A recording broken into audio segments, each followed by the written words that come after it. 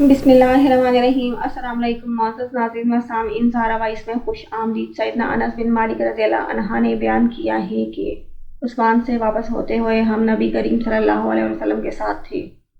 رسول اللہ صلی اللہ علیہ وسلم اپنی اونٹنی پر سوار تھے اور آپ صلی اللہ علیہ وسلم نے سواری پر پیچھے صفیہ بنت حیy کو بٹھایا ہوا تھا۔ اتفاق سے آپ صلی اللہ علیہ وسلم کی اونٹنی پھسل گئی اور آپ دونوں گر گئے۔ یہ حال دیکھ کر ابو طلحہ رضی اللہ بھی فوراً اپنی سواری سے کود پڑے اور کہا، یا رسول اللہ مجھے آپ پر قربان کرے، کچھ چوٹ تو نہیں لگی؟ آپ صلی اللہ علیہ وسلم نے فرمایا، پہلے عورت کی خبر لو۔ ابو طلحہ رضی اللہ عنہ نے ایک کپڑا اپنے چہرے پر ڈال لیا، پھر صفیہ رضی اللہ کے پاس آئے اور وہی کپڑا ان کے اوپر ڈال دیا۔ اس کے بعد دونوں کی سواری درست کی۔ جب آپ صلی اللہ علیہ وسلم سوار ہو گئے تو ہم آپ صلی اللہ علیہ وسلم کے چاروں طرف جمع ہو گئے۔ پھر جب مدینہ دکھائی دینے لگا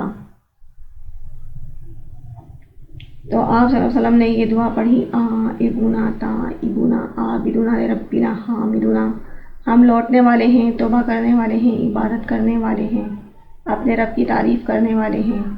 آپ صلی اللہ علیہ وسلم یہ دعا برابر پڑھتے رہے یہاں تک کہ مدینے میں داخل ہو گئے۔ Thanks for watching, please like کر دیجیے اور سبسکرائب کر دیجیے۔